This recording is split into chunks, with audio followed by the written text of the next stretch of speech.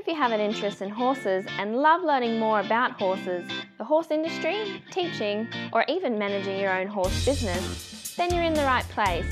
We would love you to join us on our mission, which is to improve the lives of horses around the world through the education of riders, handlers, and trainers. So get comfortable, listen in, and enjoy. This is another of our popular Listener's Choice interviews, which we're playing over the weekend. We've chosen the most popular interviews for you to select the Listener's Choice winner. If you're not sure how the Listener's Choice competition works, have a look at horsechats.com/choice for the rules and the leaderboard. Our guest today is Angela Miettinen. She's a dressage show horse specialist and she teaches at her own centre and also teaches students with Down syndrome, those who are intellectually disabled, Asperger's and autism. How are you today, Angela? Very well, thank you. Good. Angela, I know you've got a favourite quote that I think would be a really good sign to have up, and I might recommend that to one or two people that I help with their centres just to, but if you can tell us about that, about the quote you're going to introduce us to.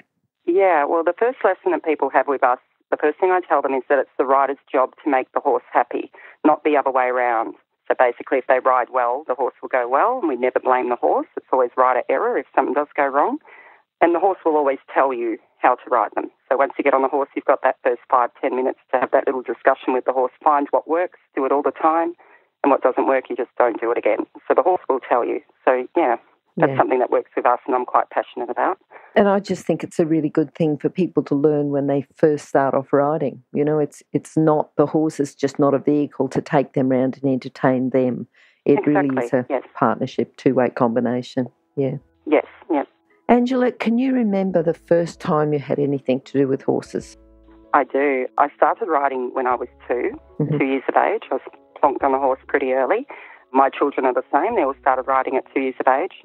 I had a very naughty first pony called Chester. He was a Welsh mountain pony. He had every vice you could imagine. He would bite, he would kick, he would buck, and I really learnt how to ride and stay on that pony. I wouldn't recommend people buy that for their children as a first horse, but that's what I had, and I learned how to stay on him pretty quickly. Do you remember one particular day? Have you got that in your memory about what happened? Oh, probably the worst. I had the worst fall ever off that pony. Riding down the road, going home, and he bucked, and I went straight over his head and skidded along the road and looked up, and he was jumping over me as he galloped home. Oh, no. That was probably my worst memory, but I toughed it out and I rode. I got straight back on. I'd sprained my wrist. I think I had a bandage on my wrist, and I still got straight back on, and I just was determined to work him out and basically stay on. So I learned to sit back, and I think my dad even bought me a stock saddle to make sure I was a lot safer. But I did learn how to ride a buck on that pony, and very early on. So that's probably my first memories of riding. But every horse from then on was so easy compared to that one.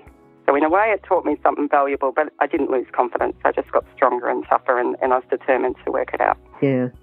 And did you get your kids some nice quiet ponies, or did you get them? We did, and that's exactly it. I would never have bought a pony like that. No. But it's funny with that pony, we kept him for I think about 7 years before I actually sold him myself. So then I bought a better horse. So, but I don't know why my parents kept him that long. But it's certainly not what I recommend students. Their first horse should be something nice and quiet and well educated. Yes. Yeah. And now, were you always going to have a career with horses? Yes, definitely. That's what I've always wanted. And my first dressage coach, I remember, his name was Martin Van Kempen. He was qualified with the British Horse Society. He ran a property called Sunraysia Riding Instruction in Mildura, where I grew up. And I knew that was something I wanted to do. I watched and really admired what he did, working from home with his family like I do with mine, and sort of steered me in the right direction of where I wanted to take my riding, and definitely wanted to be a coach and run my own centre one day, which is what I do now. Yep. So if someone else wants to start with horses and have a career with horses, what sort of core skills do you think they need to have? I think initially all horse people need to be very focused, strong and determined. You really need to live and breathe horses, so it's something that you can't just do part-time on the side. I think you really have to make it your life. Train daily, have lots of lessons, and become qualified. If you want to give lessons, you really need to become a qualified coach. That's my advice, to attain that insurance as well as the recognition from the industry. But it takes a lot of commitment. Well, look, I think, any qualification gives you a minimum level. You've got to know these things before you're qualified. You know, if you want to go up to the next level, then when people come in and don't know you, they say, right, well, I know that you've done the minimum level that you need to do for this level. Yeah, so it's not just being able to do it. And as you say, you know, if you've got some qualifications, insurance companies are far happier. Yep. That's right. Okay, what's the best thing, do you think, about working in the horse industry? What I really love is I've been able to develop a business that I can work from home with my children. It's something now that my older daughter, who's 19, now works full-time with me as well. She's obtaining her qualifications too. So it's really nice to watch her follow in my footsteps. We work together really well. And one day, you know, she may just take over this with her sister as well. So that's probably the biggest thing. It gives me the flexibility to be at home with my children and my horses. And there's just no better life. I'm really lucky. Yeah. So you really enjoy the lifestyle. That's right. Yeah. What about people who've influenced you and helped you in your career? You talked about Martin van Kempen, you know, sort of being that person who inspired you then. Yeah, but who else has helped you? I've got a great coach, Grand Prix dressage rider Susan Alakessi, who runs Callum Park Equestrian Centre, just around the corner from me, actually. So we train with her weekly. We take our horses over there just to get that higher level education as well. So I've been very inspired by what she does too. She runs the property on her own as well. Other than that, another coach we go to when we have the time is Les Friend, well-known Australian hack coach that we also go to. Yeah. What about horses? You've got horses that have influenced you in particular? Yes, the newest horse that I've taken on board in a show team is SLM Signature, otherwise known as Benny. I purchased him a year ago exactly at Canberra Royal Show when I went there to watch. I'd seen him advertised. I'd been looking for my next show horse, and I'd seen him advertised all year. He was the ultimate dream horse for me. So he was on the top of the list of the horses I wanted to buy, and it was just whether I wanted to, how much money I wanted to spend in the end. But I decided I made a goal for myself that if he was still for sale at Canberra Royal, I'd go there and have a look at him and have a ride, and I'd make an offer. So that actually worked out. So I got the horse of my dreams is SLM Signature, so I'm showing him at the moment and just bringing him along in the dressage as well. What makes him the horse of your dreams? Oh, if I could dream up my absolute beautiful horse to look at, it would be Benny. Yep. But also the way he moves. He's a thoroughbred, but he moves like a warm blood. He's got everything I ever wanted. He's got the bling, his bay with a blaze and 4 white stockings, and just looks very beautiful and beautiful to watch as well. His beautiful movements and education, everything I wanted wrapped up in one. Yeah, good. Do you think riding him is your proudest moment? Have you had, a particular proudest moment, or have there been a few there? Definitely showing him and the other horses I've had over the years. There's been many champions and wins that I look back on proudly, but I'd say on a personal level, probably I'm really proud of my qualifications. So attaining my EA Level 1 certificate was probably my proudest moment ever. I think anyone who's done that will know that it's not easy and it can take a long time. So I was over the moon when I got that qualification, and I proudly framed my certificate, and that's sitting up on the wall today to show everybody. Yeah. Do you think that's your biggest challenge, to sort of reach that level, to become qualified as a coach, because the qualifications really are important? That's right. But sometimes too, people that have been with horses for a long time, they think, oh yeah, well, I'll just go in there and get it and it'll be a piece of cake. But it really isn't. You've really got to be, up to a certain level to be able then to go on and do things. So yes. Has that been your biggest challenge, or have there been others to have your own centre? Yeah, having my own riding centre, but needing the qualifications, just have the recognition and the endorsement. And also what I did from there was look for sponsors. So we've got great sponsors on board right now too, of Really Riding Instruction. Right. Horseland Canberra is sponsoring us, the Feed Shed in Bungendore, which is nearby a big feed centre. Yep. I've also sponsored by Main Prize Vet Services and Southern Tablelands Equine Dentistry. Another one's called the Equine Touch, who do like massage and Reiki on horses. So obtaining those sponsors as well, it's just real endorsement and for the centre, but also recognition of my skills and that people do believe in what I do. So I'm really proud of that. So when you approach the sponsors, do you approach them, they approach you? Bit of both. Mostly I approach them, yes. Just tell us a little bit more, because listeners will be interested, and some aren't ready to get their own sponsors yet. But those that are, if you can tell them a little bit more about, what you do, what you say. I'd like to give people the confidence just to go out there and approach companies for sponsorship. Really believe in yourself and know that you can do it, that there are people out there who will believe in what you do. If you're very passionate about what you're doing, it will work. And I always tell people that all you need to acquire sponsorship is just, you could ask 10 people, you only need one yes. That's how I looked at it. I would write it out and print up a nice email and take it out to the potential sponsors, and you ask 10 people, you just need that one yes, and it will happen if you're really passionate about what you're doing, and they will believe in you. But Angela, even if you ask 100 and one says yes, you know, what were you going to lose? Exactly. You know, a few minutes of your time, but then if you get the yes, Yes. Now, when you approach them, do you say, this is what I can offer you? Yes, I do. Yep. And what sort of things do you offer them? Well, for example, Horseland Canberra, obviously we can recommend that our new students buy their boots and helmets at Horseland and whatever other gear. They've been where we've bought all our equipment and riding gear over the years anyway. The feed shed, I cannot, recommend that all our students buy their horse feed from there as well, so it's quite easy to offer things. We can hand out their brochures and business cards as well, as they do the same for us in return. All right, no, that's good.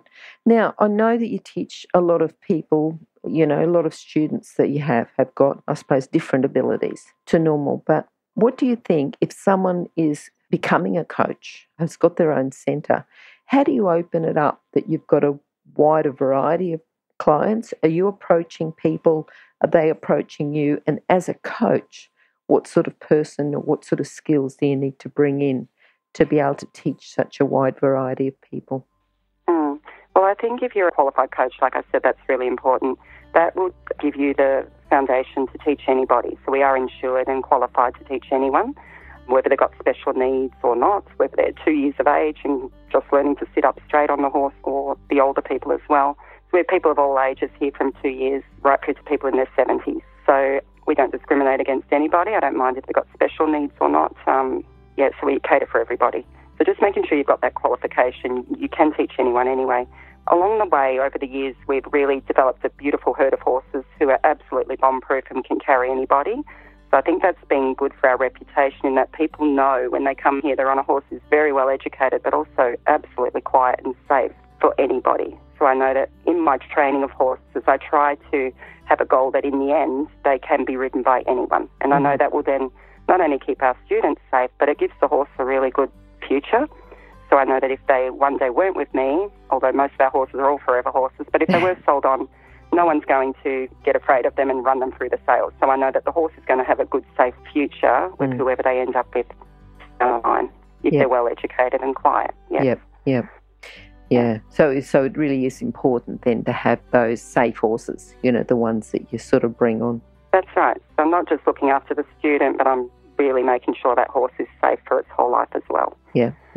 And then do you have other instructors working for you? You've got your daughter there. Do you have any others? At the moment, it's just my daughter and I, and we very much run this place together. I'm a single mum who's been through divorce over the years, but we're really proud that we can run this together, and it's real girl power on board, and we have a lot of fun. It can be stressful at times too, but mostly it's just the best life in the world. And I'd like to encourage other women too that you can do it on your own as well. Yeah. Okay. Now, Angela, have you got a book that you can recommend for our listeners? Probably the best book I've ever read would be anything by Monty Roberts. I read his biography years ago. Just what I love about Monty is natural horsemanship in general, but it allows you to really get inside the horse's head. So you learn to think like a horse. Like I said here, we have that policy that, you know, it's not the horse's fault. You've got to listen to the horse and ride well. It's also, we believe that you don't get mad at the horse for not acting like a person. So he's got to be allowed to be a horse. And if you recognise how they work as a herd, we very much run our school horses as a herd. You watch the herd mentality and you see how the horses work with their body language towards each other and all those little things. That's something you can pick up from Monty in reading his books, is just that they're allowed to be a horse. It's okay. You can't get that mad at them for behaving like a horse. Yeah. I think that's good, something good to remember too. Yes. And remember, you can find all the books recommended by our guests at horsechats.com/books. You can have a look at the guest page for the individual book they recommended, or just look at the recommended books by order of popularity at horsechats.com/books. Now, Angela, what are you looking forward to at the moment? Probably just to keep competing as number one, but with the business, just to keep it growing, to give my children a really secure future, and hopefully they can continue to work alongside me if that's what they want to do. Just giving them that opportunity. So if they want to continue their working with their mother in the horse industry, that's great. If they want to go elsewhere, that's fine too. But at least to make sure Careerly Riding Instruction is that place where they can fall back on and have a really good, secure future with their careers here as well, yes. And I think not just for your daughters, but also for your students, because I think you really look out. Yes. You know, you've said during the interview that you're interested in the horses and giving them a long-term future, the students a long-term future, and your family a long-term future. So I think that's good. Good. Yes. Okay, now what about your philosophy with horses? Do you want to sum that up in a few sentences? Philosophy with horses, well, pretty much what I've already said. Just really learning to listen to the horse. I believe every horse will tell you how to ride them. They'll tell you what they like, what they don't. So you just only do what they like. Do what is working. Sometimes you see riders trotting, especially beginners who are going around the arena, and if they can't get the horse going, they're getting frustrated, but it's because they keep doing what didn't work the first time. So I always tell them just find what works, do it all the time. What doesn't work, change. Don't keep doing what doesn't work. So learning to listen to the horse. And some people don't have that natural feel. It's not really something you can teach. You have to either have it or you don't, but it will take those people just that little bit longer to learn. Yep. But if you just can quieten down and not interfere with how the horse is going, and you learn to feel and listen, just listen to the horse. Yep. And let them be horses. It's quite okay. They're allowed to be a horse, not a person. Okay. Yeah. All right, Angela, how can people contact you? They can contact me mostly on my mobile number because I'm usually at the arena teaching or riding. That is 0416 335 217. Also on my email account, that's careliariding@bigpond.com. All right. And, of course, we have our website, which is careliariding.com.au. Okay, and those details, just in case you didn't have your pen, will be on horsechats.com/Angela Miettinen. Otherwise, just go to horsechats.com and search for Angela, and you'll find that, and you'll find all those contact details on Angela's page. Angela, thanks for talking to us today. Good to talk to you about your family and how you're training your horses, keeping your horses going and the students going, and sort of looking at long-term futures for everyone. So thanks for talking to us today, and hopefully we'll catch up again soon. Thank you. It's been a pleasure. Thank you. Bye. Thank you. Bye. Now, if you're still there, you probably know that I'm absolutely passionate about education within the horse industry. That's why I host this podcast. My other venture is Online Horse College. Have a look now at onlinehorsecollege.com, and I'll see you over there. Remember that our comments and instructions are general in nature and do not take into consideration your individual horses or your individual ability and circumstances. If you enjoyed this podcast, then please leave your comment below.